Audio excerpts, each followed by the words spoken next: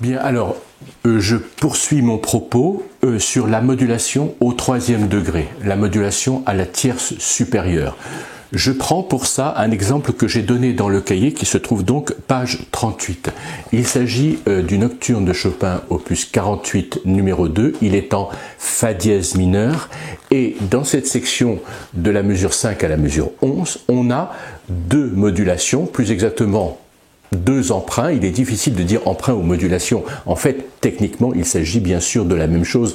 J'y reviendrai par la suite sur la distinction qu'il convient d'établir entre emprunt, simple emprunt et modulation. Peu importe, ça n'est pas mon sujet. Toujours est-il que dans ce nocturne à la mesure 5, donc, on est en Fa dièse mineur, le nocturne est en Fa dièse mineur, la première phrase s'est déroulée de la mesure 3 parce qu'il y a deux mesures de, entre guillemets, introduction, mais à partir de la mesure 3, donc jusqu'à la mesure 5, deux phrases se déroulent, deux phrases quasiment identiques, elles sont en Fa dièse mineur dans la tonalité du texte. Et puis justement, à partir de cette mesure 5, intervient une modulation à la majeure, de Fa dièse mineur à la majeure, c'est-à-dire d'une tonalité mineure vers son relatif majeur, c'est-à-dire le troisième degré. Et puis, deuxième modulation, de La majeure, donc d'une tonalité majeure, cette fois vers Do dièse mineur, vers le troisième degré de La majeure. Alors ça, c'est une chose. Mais je voudrais tout d'abord établir, et je pense que c'est d'une grande importance dans la méthode et dans la rigueur du travail, établir une nette distinction entre la maîtrise d'un enchaînement, ici l'enchaînement est l'enchaînement prédominante, dominante, tonique dans un cadre bien particulier, donc je dis la maîtrise d'un enchaînement à l'intérieur d'une tonalité, une tonalité fermée. Ça, c'est une première chose. Et l'autre chose dont je veux parler, c'est cette fois ces enchaînements que nous connaissons, que nous étudions, mais cette fois-ci mis en œuvre dans le cadre de modulation. Alors donc, tout d'abord, je reviens sur cet enchaînement dont j'ai tant parlé, qui est l'élément déterminant de toute l'écriture musicale, l'enchaînement prédominante, dominante, tonique, mais pas n'importe quelle prédominante puisque c'est le sujet de ce cahier 4. En tant que prédominante, il s'agit de l'accord de septième du deuxième degré. Je reviens sur une notion, les trois notes de basse finale, j'ai fait souvent ce geste, les trois notes finales, je parle en Do majeur, sont Fa, Sol, Do. Sol, Do, c'est évident, c'est dominante tonique, c'est la condition de la cadence parfaite, de l'accomplissement de la phrase, de la fin de la phrase. Mais l'accord qui précède, que je nomme donc prédominante, sera placé dans un très grand nombre de cas sur Fa. Donc je redis, chez les trois basses, Fa, Sol, Do. Donc j'ai ici les trois basses finales Fa, Sol, Do. Il s'agit de la, en tant que note de la sous-dominante, dominante tonique. Alors bien évidemment, la dominante porte l'accord de dominante et la tonique porte l'accord de tonique. Mais justement, ce Fa, cette sous-dominante, peut porter différents accords. Quand je dis différents accords, fondamentalement, il s'agit toujours de la même chose. Il s'agit soit de l'accord de sous-dominante, soit de l'accord du deuxième degré, soit des deux confondus, l'accord de septième du deuxième degré. Donc c'est celui qui m'intéresse dans le cadre de cette étude du cahier 4, l'accord de septième du deuxième degré, donc dans son état de premier renversement. Il est donc chiffré 6-5. Alors ça c'est une chose. Maintenant j'en viens, et c'est ça qui va m'intéresser tout particulièrement, sur le point sur lequel je vais insister, c'est quand j'aurai les trois basses finales, non pas Fa, Sol, Do, mais La, Sol, Do. Alors, c'est cela, le sixième degré, donc il s'agit bien des deux notes de part et d'autre de la dominante. La note en dessous, sous-dominante, et la note du dessus, c'est le sixième degré. De toute évidence, cette note-là va porter les mêmes harmonies, les mêmes accords que portait cette note, mais donc dans un état différent. Et si je parle, donc c'est le sujet qui m'intéresse, si je parle de l'accord de septième du deuxième degré, ce sera bien sûr l'accord 4-3. Voilà, je crois que c'est très clair. Alors si par exemple j'écris, je choisis cette position, on voit bien ici l'accord Ré, Fa Ré, Fa, La, Do. Le Fa qui manque ici est ici. C'est bien l'accord 6-5, la quinte la voici, la sixte la voici, et ça s'enchaîne à l'accord de Sol. L'élément que je fais remarquer, dont j'ai si souvent parlé, c'est la tierce qui se referme sur l'octave, ou la dixième, peu importe. Alors, dans cet état, justement, j'ai Fa La, cette tierce dont j'ai parlé devient la sixte La Fa. Ça, c'est l'élément qu'il faut particulièrement remarquer, auquel il faut être particulièrement attentif, et autant la tierce se referme, ou la dixième, autant la sixte s'ouvre. Donc j'ai évidemment les deux autres notes, la quinte ici, oh là là, surtout pas, ces deux mêmes notes ici, qui sont désormais la tierce et la quarte. Ce sont bien les deux mêmes notes, mais j'en ai beaucoup parlé et de toute façon j'en parle dans le cahier. Ce que je veux faire remarquer, donc, c'est cette sixte qui s'ouvre. L'accord de dominante et donc le suivant, c'est bien le même. Peu importe l'enchaînement à la tonique, ici cadence parfaite, ça pourrait être une cadence imparfaite ou rompue ou même une demi-cadence, voilà. Alors maintenant, ce que je veux dire, c'est que ce qui va m'intéresser, donc encore une fois, en dehors de toute idée de modulation, il n'y a pas de modulation, je m'occupe bien de cet enchaînement. Mais c'est bien cet élément-là qui va m'intéresser, qu'on va retrouver chez Chopin dans une marche harmonique extrêmement brève, réduite à 2 cellules. Mais j'y reviendrai le moment venu.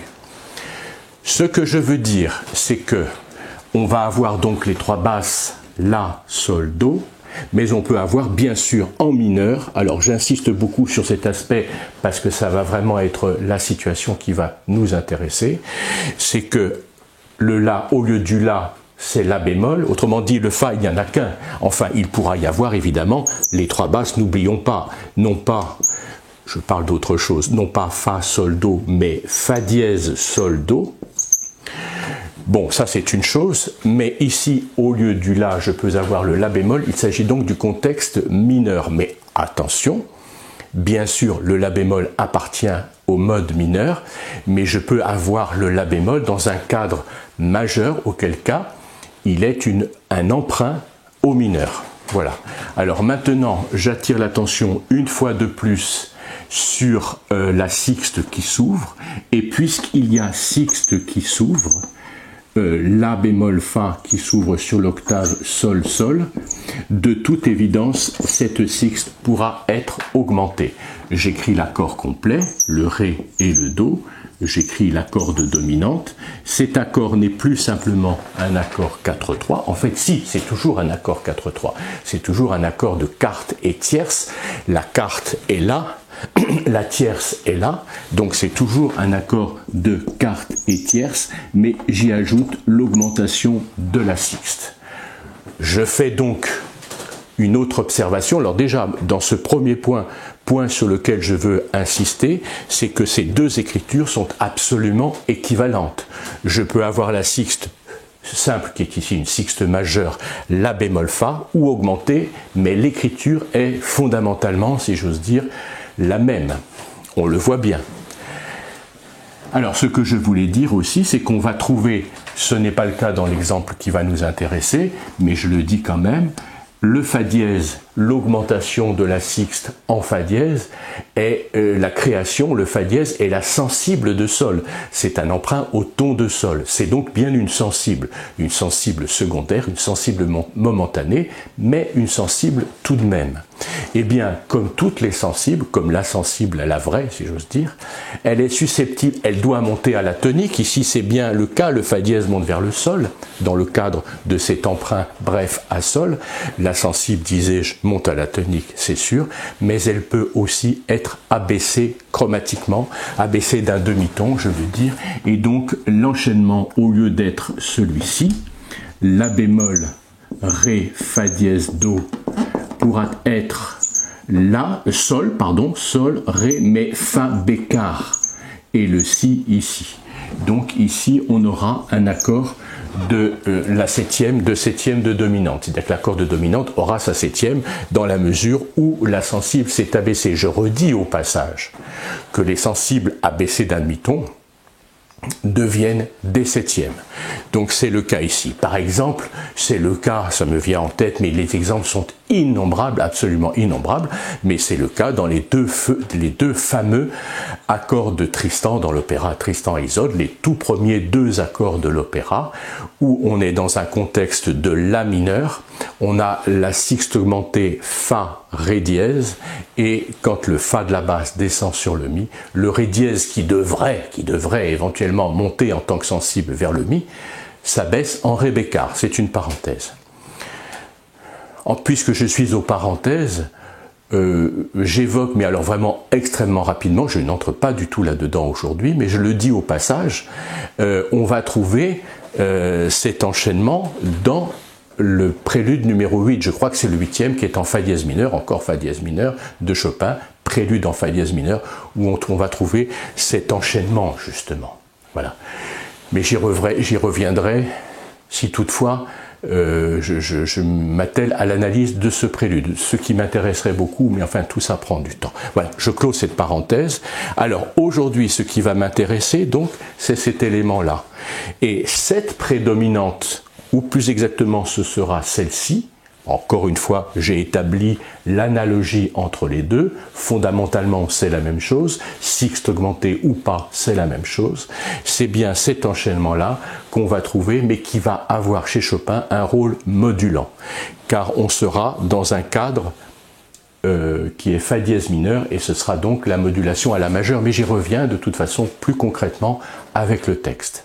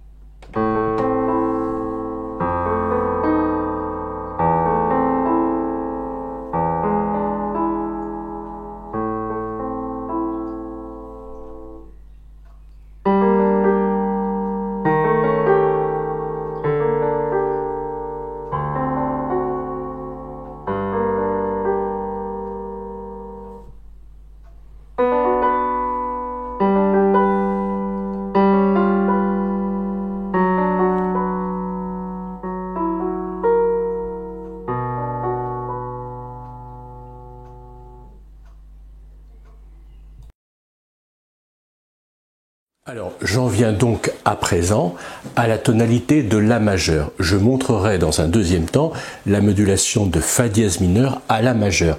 Mais dans un premier temps, je propose d'observer cet enchaînement 2, 5, 1, c'est-à-dire 2, c'est-à-dire accord de septième du deuxième degré, dominante tonique en La majeur. Et on le remettra, je le remettrai dans le contexte modulant ce passage de Fa dièse mineur, modulation au troisième degré, modulation à la tierce supérieure. Alors, nous sommes en La majeur. En La majeur, donc l'accord de septième du deuxième degré. Le deuxième degré, que ce soit extrêmement clair, c'est bien Si. L'accord du deuxième degré, c'est l'accord Si, Ré, Fa dièse, oui, bien sûr. Si, Ré, Fa dièse, c'est-à-dire l'accord de Si mineur. Tout accord du deuxième degré en majeur et mineur, et il y a la septième là qui n'est autre que la tonique. Accord donc de septième du deuxième degré, Si, Ré, Fa dièse là, en La majeur. Alors le voici ici dans son état placé sur le Fa dièse, c'est-à-dire sur le sixième degré. Voilà ici, j'écris quand même les dièses à la clé, Fa, Do, Sol, en La majeur, mais également donc en Fa dièse mineur, d'où on vient. Je vais écrire ici. Si j'ai donc les trois basses finales dont je parlais, La, Sol, Do en Do, sont en La majeur, Fa dièse, Mi, La, bien sûr. Sixième degré, Fa dièse, Mi, La. Je laisse un espace ici parce qu'on sait que quand il y a dominante, il peut ou il peut ne pas y avoir l'accord de quarte et sixte. Quarte et sixte dit quarte et sixte de cadence. Là, il se trouve qu'il y est. Alors, l'accord de septième du deuxième degré à partir de Fa dièse, c'est bien Fa, Fa dièse, La, Si, Ré. Je l'écris ici comme ça, je vais tout effacer après. Et donc, si j'observe bien la sixte qui s'ouvre, c'est bien ça dont il s'agit, et j'ai bien l'accord de dominante ainsi. Voilà, ça je crois que c'est clair, il faut bien l'observer, il faut retravailler ça, il faut le jouer dans tous les tons, pas tout de suite dans tous les tons, mais enfin il faut expérimenter cet accord dans cette forme ramassée, c'est bien l'accord 4-3. Alors maintenant j'en viens plus précisément à Chopin, je vais montrer la position de cet accord. Alors la position est la suivante, elle est très très simple, j'avais d'ailleurs, je le redis comme ça oralement, j'avais Fa, La, Si, Ré, et bien là j'ai Fa, donc Fa dièse, La, le Si n'est pas là, le Ré est ici. Donc en soi, ça c'est l'accord de Ré majeur. J'écris mieux mon La, attention, bon je suis un peu tatillon peut-être, hein, mais enfin il faut être très très clair dans la graphie, je ne parle pas de l'écriture, Fa, La, Ré, voilà un accord de Ré, et le Si va se trouver au soprano ici. Donc ça c'est bien la tierce, et ça c'est bien la quarte, on est bien d'accord. Voilà, donc voilà ici l'enchaînement, et cet enchaînement sera ici vers la dominante, voilà la dominante, ici. Et le Si reste. Ça n'est pas tout à fait l'enchaînement justement, hein, mais je montre l'enchaînement type, l'enchaînement le plus simple, le plus simple, où il n'y a pas d'autre mot. Alors maintenant, j'introduis les deux modifications. J'y tiens particulièrement, c'est le texte. D'ailleurs, c'est bien ça que je veux montrer. Tout d'abord, il y a un emprunt au mineur. Ce dont je parlais précédemment, au lieu de La, Sol, Do en Do, on avait La bémol, Sol, Do. Et bien ici, de la même manière, au lieu de Fa dièse, Mi, La, on va avoir Fa bécard, Mi, La.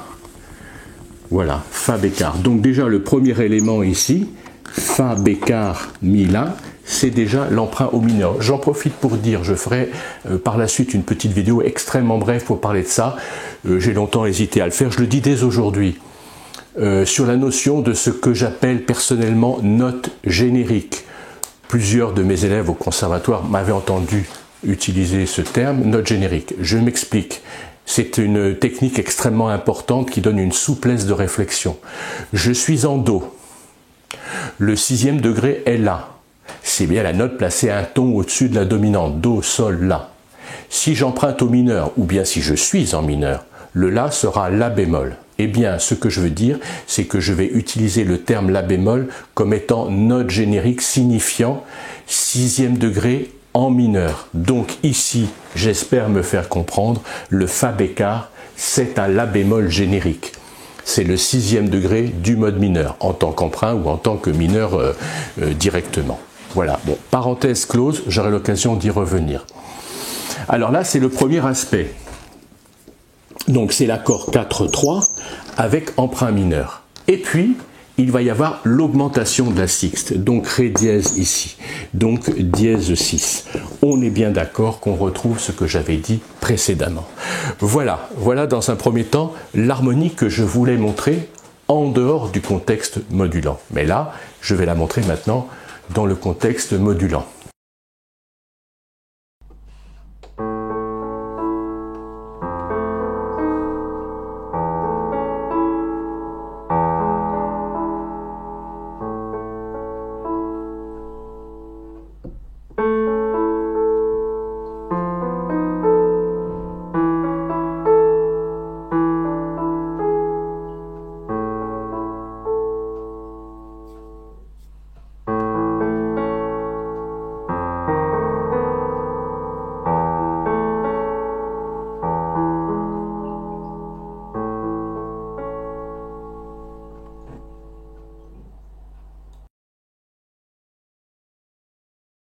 Alors voilà, ici, j'ai noté la main gauche. Alors attention, la main gauche du nocturne, elle est ici réduite sous forme d'accord.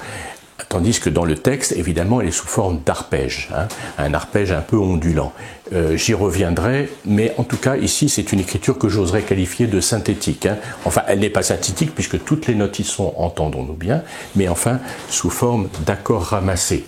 Alors ici, j'ai la fin, la mesure 5, la voici, c'est ici qu'est la modulation. Mais ici, je suis toujours en Fa dièse mineur, et c'est donc la fin, je ne vais pas trop gribouiller, mais ça, c'est la fin. On pourrait s'arrêter ici, bien évidemment, et ce serait ridicule de s'arrêter là. Mais enfin, si, dans le travail, c'est bien de travailler, quand on travaille le piano, d'arriver jusqu'ici et de s'arrêter là et de faire une exécution cohérente des deux phrases en Fa dièse mineur qui s'achèvent donc ici. J'en dis deux mots, c'est d'ailleurs extrêmement clair et ça apporte une fois de plus de l'eau à mon moulin, à notre moulin. J'ai bien ici l'accord de septième du deuxième degré, encore lui, voilà un exemple encore, l'accord de septième du deuxième degré de Fa dièse mineur qui est bien Sol dièse, Si, Ré. On voit bien qu'il s'agit d'un accord diminué, l'accord du deuxième degré en mineur est diminué, et la septième Fa dièse. Donc on est dans l'état de premier renversement. Bon, encore une fois, décidément, je retrouve mes trois notes de basse. Ça n'était pas mon sujet, mais enfin, c'est tellement évident qu'il vaut mieux en parler. Il faut faire feu de tout bois et donc en profiter. Ces trois notes dont je parle si souvent, Fa, Sol, Do en Do, sont bien en Fa dièse, Si, Do dièse dominante, Fa dièse tonique. Si sous-dominante, Do dièse, Fa dièse. Les voici, on les voit ici. Si, Do, Do dièse, bien sûr, il est à la clé, Fa dièse, il est à la clé. Voilà, ça c'est une première chose. Et ceci, cette note en tant que sous-dominante, porte cet accord. On est sur le Si, il s'agit bien d'un accord de premier renversement, l'accord 6-5, qui s'enchaîne à l'accord de dominante, lui-même s'enchaîne à l'accord de tonique, que je chiffre 5. Voilà, ici, si je regarde bien ces trois accords, c'est absolument cohérent. On voit bien la correction de l'enchaînement. Voilà, ça c'est une chose. Alors maintenant, je passe à l'élément qui m'intéresse, c'est-à-dire que je suis arrivé sur l'accord de Fa dièse mineur, l'accord de tonique, donc de Fa dièse mineur, et voilà, ici, l'accord de septième du deuxième degré avec les deux modifications dont j'ai parlé, l'emprunt mineur, le Fa bécard à la basse. Il s'agit donc bien d'un accord 4-3. 4-3. Le 3, c'est bien le La. Le 4, c'est bien le Si. Et la sixte est augmentée. Voilà. Alors, c'est une chose tout de même, j'insiste là-dessus, c'est tout de même une chose un peu seulement, mais tout de même, il faut le noter, un peu surprenante. Car on a l'abaissement de la tonique Fa dièse en Fa bécard. Fa dièse est la tonique de Fa dièse mineur, Fa bécard est le sixième degré de La majeur empruntant au mineur. Je crois que c'est clair. Et on voit bien les trois basses finales qui sont Fa, Mi, La. On est bien d'accord. Donc je disais ici, le chant se poursuit, j'ai réécrit le chant. Ici, le chant est très important. Certes, l'harmonie est dans la main gauche, mais bien évidemment, ici, il manque une note dans la main gauche. Hein. Alors, l'accord de quarte et sixte, c'est bien l'accord en La majeur. Désormais, nous sommes bien en La majeur. C'est bien l'accord Mi, La, Do dièse. On a bien la quarte La et la sixte Do dièse. Ici, la quarte est ici. Et le Do dièse passe, certes brièvement, mais il est tout de même là, dans le chant de la main droite. Il est très intéressant de remarquer ce chant que je trouve très beau. Il a un côté un petit peu, je ne sais pas comment le qualifier. Voilà, alors ici, après cette quarte et sixte, on a bien sûr, donc je note ici, quarte et sixte, et on a bien sûr l'accord de septième de dominante, ici.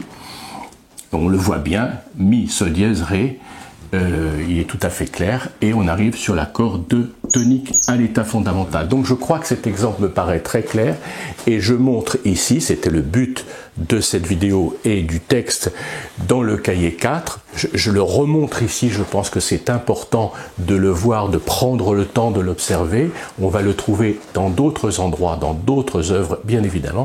Ici c'est un bon exemple, et donc cet élément important dont je parle c'est-à-dire le rôle modulant de l'accord de septième du deuxième degré. Il amorce la modulation qui est accomplie, par l'enchaînement dominante-tonique. Alors maintenant, je vais poursuivre en montrant la modulation suivante. Je suis en La majeur, et bien désormais, on va moduler à Do dièse mineur, à la tierce supérieure. Donc voilà à présent, à la mesure 9, la modulation de La majeur à Do dièse mineur. On voit tout de suite ici l'enchaînement dominante-tonique qui accomplit la modulation à Do dièse mineur, Sol dièse, Do dièse à la basse. Il s'agit bien de l'accord de dominante puis l'accord de tonique. Je n'ai pas noté le chant, je le noterai peut-être après, mais déjà je veux proposer une observation de cette harmonie. Alors, je montre ici en Do dièse mineur, qu'on soit bien d'accord. Justement, c'est ça que je propose ici dans ces clés de lecture, c'est de prendre le temps de reprendre les éléments qui sont exposés dans le cahier plus calmement encore. Ça n'est pas que le cahier soit très agité, mais enfin, je n'ai pas développé outre mesure chaque propos. Ici, on prend le temps. Do dièse mineur, le deuxième degré est bien Ré dièse. L'accord de septième du deuxième degré est bien Ré dièse, Fa dièse, La. Accord diminué, accord du deuxième degré plus Do dièse. La septième n'est autre que la tonique, on le sait. Voilà, donc ici, quand je suis sur le La, je l'écris ici, voilà l'accord de septième du deuxième degré de Do dièse mineur dans son état de second renversement sur La. Donc c'est bien La, Do dièse, j'écris tout en altération accidentelle, Ré dièse, Fa dièse. Le voilà, cet accord. Et il s'enchaîne tout naturellement. J'ouvre la sixte, le La descend sur le Sol dièse, le Fa dièse monte sur le Sol dièse. Et j'ai l'accord complet de Sol dièse majeur dominante de Do dièse mineur. Donc voilà ce qu'il faut avoir en tête dans un premier temps pour bien suivre cet enchaînement. Ça, c'est une première chose. Alors ici, il n'y a pas d'emprunt mineur, puisque nous sommes déjà en mineur. Le La est bécard, il y a bien La bécard, Sol dièse. Donc je redis les trois fameuses notes finales, mon fameux La bémol, Sol, Do générique, j'emploie encore une fois le terme générique, mon fameux La bémol, Sol, Do, en Do dièse mineur, eh bien, La, Sol dièse, Do dièse. Voilà mes trois notes finales, on les voit bien ici. Alors maintenant, je disais donc que La, Sol dièse, il y a bien un demi-ton, nous sommes déjà en mineur, donc il n'y a pas d'emprunt. Et l'augmentation de la sixte est bien sûr le Fa dièse qui devient Fa double dièse. Ça, c'est l'élément qui m'intéresse, qui nous intéresse. Alors voilà, c'est bien un accord 4-3. Le 4 et le 3, on les voit bien ici. Et la sixte est augmentée, c'est double dièse 6 cette fois-ci. Voilà, ça c'est une chose. Ce que je veux montrer ici, c'est que le Ré dièse est obtenu, c'est le Mi qui descend sur le Ré dièse, c'est le La qui descend vers le Fa double dièse, et le Do dièse reste à sa place. Alors, là même, j'ai l'impression d'aller vite en disant ça. Je ne fais que lire ce qui est écrit. Je préfère proposer une réflexion réelle là-dessus. Je vais le faire. Si je prends par exemple la position La, Do dièse, Mi, La. Ce que je veux montrer ici, c'est la modulation, c'est-à-dire le passage de la tonique de La majeure à l'accord du deuxième degré de Do dièse mineur, qui amorce la modulation vers Do dièse mineur. Nous connaissons, je viens de le faire, nous avons vu cet accord 4-3 avec la sixte augmentée. Ce que je veux montrer, c'est comment s'effectue l'enchaînement. Le La, qui était tonique de La, reste à sa place. Le Do dièse reste Do dièse. Le Mi descend sur le Ré dièse, et ça c'est important, ici c'est l'élément peut-être le plus important, le La qui allait sur le Fa dièse va sur le Fa double dièse. Donc il y a franchissement ici d'une tierce diminuée. La tierce diminuée, ce sont les deux notes de part et d'autre d'une note, ici le Sol dièse. J'y tiens beaucoup à tout ça, hein. La, Fa double dièse, Sol dièse, voilà. Et j'ai bien l'enchaînement à l'accord de dominante, beaucoup de dièses, peu importe. Voilà. Donc, je redis, le La de la basse est resté immobile, le Do dièse est resté immobile, le Mi est descendu sur le Ré dièse, et, élément très important, le La franchit cette tierce diminuée, il passe de l'autre côté du Sol dièse pour aller vers le Sol dièse. La, Fa double dièse, Sol dièse. C'est bien ce qu'on a ici. Le La reste là, je redis, le Mi devient Ré dièse, le Mi devient Ré dièse. Voilà ici la tierce diminuée franchie qui retourne au Sol dièse, donc c'est le demi-ton au-dessus, le demi-ton en dessous du Sol dièse qui va vers le Sol dièse. Le Do reste Do, voilà. Et ici, donc j'ai bien ici cet élément que j'ai montré, 4, 3, double dièse 6, donc c'est bien ici 4, 3, double dièse 6, et j'arrive sur la corde dominante avec le retard 4, 3, que je chiffre 4 dièse, dièse signifiant bien que c'est la tierce qui est diésée. Voilà. Et ici, attention, bon, je vais quand même pas mettre de parenthèse, cette écriture, j'ai bien l'écriture ici. Sol, Ré, Sol, Si, elle s'enchaîne ici à Do, Sol, Do, Mi. Attention, si c'était écrit pour 4 voix strictes, ce serait un enchaînement fautif, totalement fautif. Il n'en est rien au profit d'un arpège ondulant de la main gauche. Attention, cet enchaînement ne doit pas être écrit comme ça. Je redis, on le trouve souvent chez Chopin, mais chez tous les compositeurs, quand on a un arpège ondulant ou pas, développé ou pas, c'est l'arpège gomme en quelque sorte les fautes entre guillemets d'écriture qui sont ici les 2 quintes consécutives et les 2 octaves consécutives. Mais ce qui m'intéresse encore une fois, c'est bien cette basse, La, Sol, Do, La, Sol dièse, Do dièse, et la modulation de La majeur à Do dièse mineur. Donc on a bien eu Fa dièse mineur modulé à La majeur, puis La majeur modulé à Do dièse mineur. J'allais écrire sur le tableau, je ne vais pas le faire, je le fais directement oralement. J'avais Fa dièse, puis Fa bécard, Mi, La, puis La, Sol, Sol dièse, Do dièse. On voit bien les 2 éléments identiques successifs. Voilà, c'est ça que je voulais montrer. Voilà, je viens simplement apporter quelques petits éléments complémentaires d'observation du texte. Tout d'abord, le fait qu'on passe d'une écriture à 4 voix dans les premières mesures, dans l'exposition du motif, dont je n'ai pas vraiment parlé. Cette écriture est à 4 voix. L'écriture, je veux dire, de la main gauche, des arpèges de la main gauche, sont une écriture à 4 voix. Je les montre ici. Alors, j'ai écrit ici, sur cette simple clé de Fa, ici, l'écriture de la main gauche. On le sait, les arpèges, ici arpèges brisés de la main gauche, à eux seuls, contiennent la totalité de l'harmonie.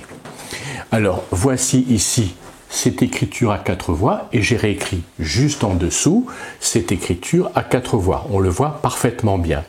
Je fais observer la forme de l'arpège. Il s'agit d'un triolet et d'une quelque sorte d'une boucle. Enfin, je ne sais pas comment le décrire. Cette écriture, ce triolet suivi d'une noire, triolet noir, est une écriture tout à fait caractéristique, une des écritures de Chopin, de la mise en œuvre que réalise Chopin à partir d'une harmonie à 4 voix. Bon, bah ça c'est une chose. Ce que je voulais dire, je reviens et je me répète, il s'agit donc bien d'une harmonie à 4 voix. On le voit particulièrement bien ici, quand j'ai ramassé cet arpège en une écriture purement verticale. Alors, la section qui m'intéresse, c'est cette section-là, avec ce fameux accord que je suggère d'étudier tout particulièrement. Eh bien, on voit ici les notes réelles, je vais les souligner peut-être en bleu, enfin peu importe, hein, les notes réelles de l'accord, on voit bien que c'est Fa, Fa dièse donc, La, Do. Et cette note à chaque fois est une broderie supérieure de cette note-là. Donc on est bien en présence d'une écriture à 3 voix. Il y a donc un changement d'écriture. Je redis, à chaque fois, cet arpège qui ressemble à ces arpèges-ci, dans la mesure où c'est bien un triolet suivi d'une noire, est réduit cette fois à 3 voix. Les 3 voix qui nous intéressent ici sont Fa bécard, La, Ré dièse. Et le Mi est la broderie supérieure du Ré dièse. Je continue cette observation très simple. Ici, les 3 voix sont Mi, La, Mi. et le fa dièse et donc la broderie du mi. Il en va de même pour l'accord suivant, mi, sol dièse, ré et le mi et la broderie du ré. J'ai donc réduit, on voit bien ces trois voix ici, je les relis. Fa dièse, la, do dièse, accord de fa dièse mineur, fa bécard, la, ré dièse. Il s'agit bien de l'accord plus 6, dièse 6 plus précisément 4-3. Le 4, le si, manque dans cette écriture à trois voix et se trouve à la main droite au soprano. Donc l'accord est complet, il s'agit d'un accord de 4 sons qui nécessite donc par définition 4 sons, 4 voix. Mais l'écriture de la main gauche est à 3 voix et on a à chaque fois la broderie. Je vais même la réécrire. Il en va de même ici pour l'accord de quarte et sixte. La quarte, c'est bien le la. La sixte, c'est le do dièse qui se trouve dans le chant. Nous l'avons vu. Ce do dièse est très bref et passager. Il est néanmoins présent. Et ici, l'accord de septième de dominante, mi, sol dièse, ré, avec le mi qui brode. Et on retrouve à partir d'ici l'écriture à 4 voix qu'on avait depuis le début du texte.